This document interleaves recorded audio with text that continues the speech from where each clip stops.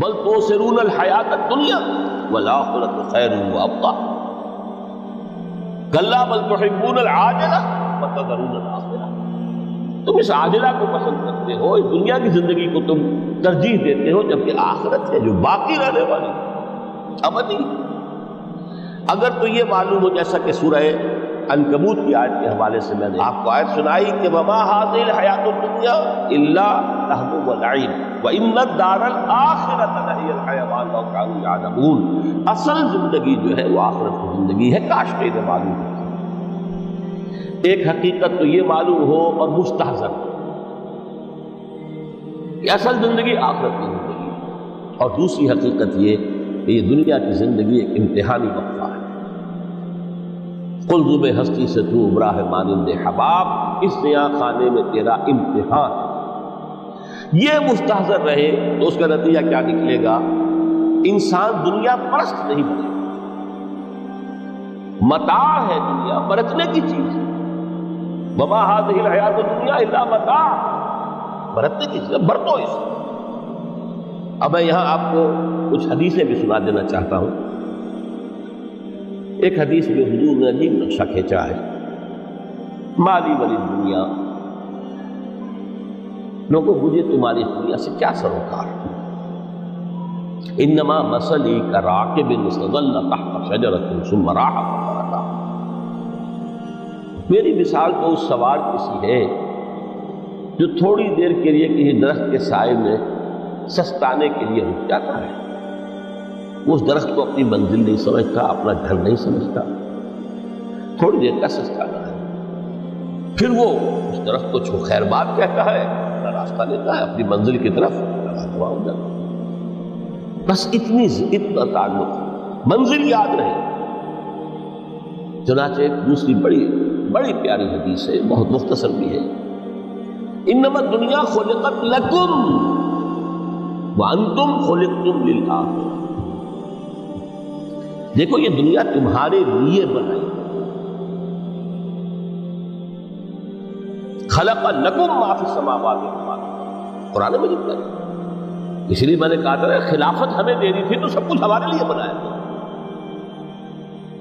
یہ محفل سجائی گئی ہے ہمارے لیے، یہ سب ہمارے لیے بنایا گیا، پورے عالم کو مسخر کیا گیا ہمارے لیے، سخر لکم، سورج بھی چاند بھی ہر چیز تمہارے لیے مسخر کی۔ انما الدنیا خلقت لکم وانتم خلقتم للآخرہ، لیکن تمہاری تخلیق ہوئی ہے، تمہیں بنایا گیا ہے، تمہیں پیدا کیا ہے آخرت کے۔ یہ منزل یاد ہے، میرا ٹھکانہ وہ ہے، میرا گھر وہ ہے، میری منزل وہ ہے، یہ راہ گزر ہے، یہ سفر ہے، یہ ایک وقفہ ہے، امتحانی وقفہ ہے۔ خلق الموت والحیات لیبلوکم ایکم احسن عملا۔ لیکن اب تیسری حدیث سنیے، اور یہ ہے وہ کہ جو اس دنیا کو جو میں نے شروع میں کہا تھا بڑی ٹھوس حقیقت ہے، اللہ کی تخلیق ہے، سنجیدہ تخلیق ہے، ہم نے کوئی کھیل کود کے لیے تو نہیں بنایا ہے۔ ربنا ما خلقت ھذا باطلا، حضور فرماتے ہیں الدنیا مزرعۃ الآخرہ، دنیا آخرت کی کھیتی، یہاں بوؤ گے تو وہاں کاٹو گے، یہاں بوؤ گے نہیں تو کاٹو گے کیا خاک۔ اس اعتبار سے غور کیجئے، یہ دنیا اور حیات دنیاوی کا ایک ایک لمحہ ایک بڑی عظیم حقیقت بن کے سامنے، ہماری حیات دنیاوی کا ایک ایک لمحہ ابدی ہے، پوٹینشلی، کیوں کہ اس میں جو کچھ ہم کما رہے ہیں اس کے نتائج ابدی زندگی پر پھیلے ہوئے ملے گا۔ تو گویا کہ یہ جو ہے، یہ گھڑی محشر کی ہے، دور سے محشر میں ہے، بیشتر غافل عمل کوئی اگر دفتر میں ہے، یہاں کا ایک ایک لمحہ تمہارے لیے بہت قیمتی ہے، یہاں بو محنت کرو، کاشت کرو تاکہ وہاں کاٹ سکو۔ الدنیا مزرعۃ الآخرہ۔ اب دیکھیے یہ جو انداز ہے قرآن کا، وَمَا الْحَيَاةُ الدُّنْيَا إِلَّا مَتَاعُ الْغُرُورِ، جو ہماری گفتگو کا عنوان ہے، اس کے دو نتیجے نکلتے ہیں عمل۔ ایک نتیجہ جو صحیح ہے، جو قرآن نکالنا چاہتا ہے، جس کی طرف اسلام رہنمائی کرتا ہے، ایک ہے بالکل منفی نتیجہ جس کی اسلام نفی کرتا ہے۔ وہ منفی نتیجہ کیا ہے؟ دنیا دھوکے کی ٹٹی ہے، چھوڑو گھر گرہستی کو، دفع کرو، رب سے لو لگانی ہے۔ یہ شادی کر کے اور گھر گرہستی کا کھکیڑ بول لینا، کہاں ایک پیٹ کا پالنا، کہاں 10 پیٹ لگ جائے پیچھے، اسی میں آدمی جو ہے گم ہو کر رہ جاتا ہے۔ لہذا گھر گرہستی کو چھوڑو، تجدد کی زندگی گزارو۔ پھر یہ تمدن ہر جگہ شر ہے، برائی ہے، دھوکہ ہے، فریب ہے، جھوٹ ہے، دفع ہو جاؤ، جاؤ کہیں پہاڑوں کی چوٹیوں پر، کہیں غاروں میں، گفاؤں میں، کہیں جنگلوں میں بھونی نماز۔ یہ ہے اس کا ایک منطقی نتیجہ جو نکلا ہے، اور تقریباً تمام مذاہب عالم میں نکلا۔ رحمانیت جس کی جس شد و بد کے ساتھ نفی کی ہے محمد رسول اللہ صلی اللہ علیہ وسلم، لا رحمانیت فی الاسلام، اسلام کو رحمانیت نہیں، نفی ہے، مکمل نفی، لا رحمانیت۔ فرمایا کہ النکاح من سنتی، یہ میری سنت ہے، میرا طریقہ ہے، گھر گرہستی کی زندگی اختیار کرنا یہ میری سنت ہے۔ 3 صحابہ پر کچھ اسی طرح کا غلبہ ہو گیا۔ صحابہ میں ہر طرح کے لوگ تھے، ان میں وہ لوگ بھی تھے کہ جو بڑے ریشنلسٹ تھے، عقل کے حوالے سے بات سمجھنے والے تھے۔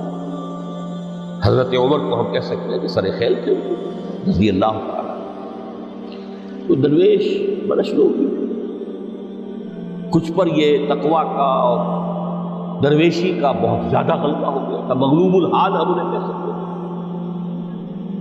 حضرت عبداللہ ابن عمرو بن العاص رضی اللہ تعالیٰ عنہما، ایک عجیب سائملٹینیس کنٹراسٹ ہے باپ اور بیٹے میں۔ عمرو بن العاص بہت بڑے سیاستدان، مدبر، عرب نے چوٹی کے جو 3 سیاستدان پیدا کیے ان میں سے ایک عمرو بن العاص ہے، واریر، کانکرر، سیاستدان۔ لیکن عبداللہ ابن عمرو بن العاص بالکل درویش، روزانہ روزہ ساری رات کھڑے، نہ بیوی سے کوئی سروکار، نہ کسی سے کوئی۔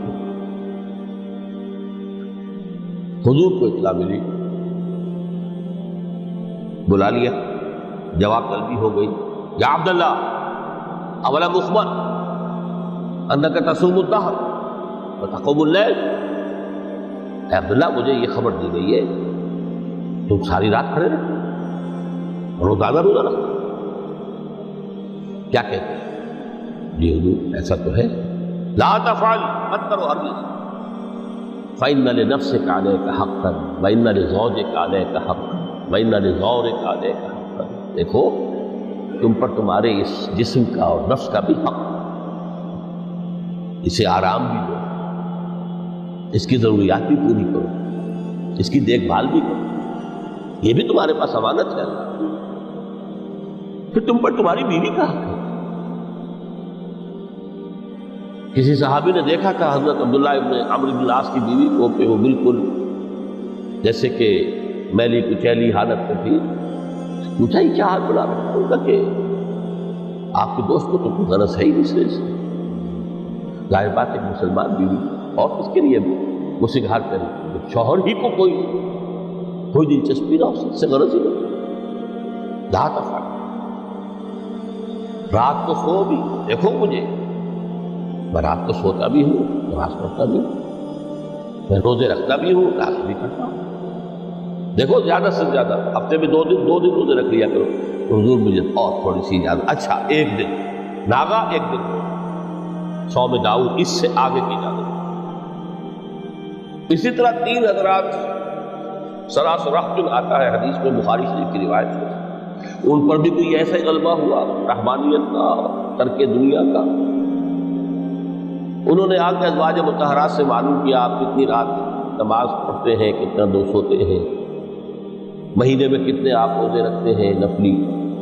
انہوں نے کوئی، وہاں تو کھلی کتاب تھی سیرت محمد صلی اللہ علیہ وسلم، جو کچھ تھی حقیقت بیان کر، اب دیکھیے ایک عجیب ذہنیت، انہوں نے دیکھا کہ یہ تو کم ہے، ان کے اندازے کے اعتبار سے تو بہت کم ہے، لیکن یہ کہ اپنے آپ کو ذرا تسلی، حضور کی تو کوئی ضرورت نہیں ہے، آپ تو معصوم ہیں، آپ میں سے کوئی گناہ نہیں ہوا، کوئی خطا نہیں ہوئی، آپ کے لیے تو یہ اتنی عبادت ہماری تو کافی نہیں ہے، ہم تو گنہگار ہیں۔ ایک نے عہد کیا کہ میں کبھی نہیں سوؤں گا، رات بھر کھڑا ہوں، دوسرے نے کہا کبھی ناغہ نہیں کروں گا، ہر روز روزہ رکھوں گا، تیسرے نے کہا میں شادی بیاہ کے کھکیڑ میں پڑوں گا، حضور کو اطلاع مل گئی، طلب فرمایا، ڈانٹا، آپ لوگوں نے یہ کہا ہے؟ جی ہاں یہ کہا تھی، واللہ خدا کی قسم میں تم میں سب سے بڑھ کر متقی ہوں، لیکن میں رات کو سوتا بھی ہوں، نوافل روزے رکھتا بھی ہوں، نازل بھی ہوں، میری گھر گرستی کی زندگی ہے، میری بیویاں ہیں۔ من رغب عن سنتی فلیس منی، یہ ٹکڑا جو جوڑ دیا جاتا ہے نکاح کے خطبے میں اس حدیث کے اس ٹکڑے کے ساتھ، یہ دو علیحدہ حدیث ہے بالکل، النکاح من سنتی، اور یہ ٹکڑا اس طویل حدیث کا ہے، من رغب عن سنتی فلیس منی، جو میری سنت کو پسند نہیں کرتا پھر اس کا مجھ سے کوئی تعلق نہیں۔ یہ تو میں نے احادیث کے حوالے سے آپ کو جو منفی طرز عمل، گریز، دنیا سے تعلق منقطع کرنا، پسپائی، گریز، فرار، اور اس کا نتیجہ کیا نکلتا ہے کہ دنیا پھر شریروں کے لیے رہ گئی، کھیلیں کودیں عیش کریں۔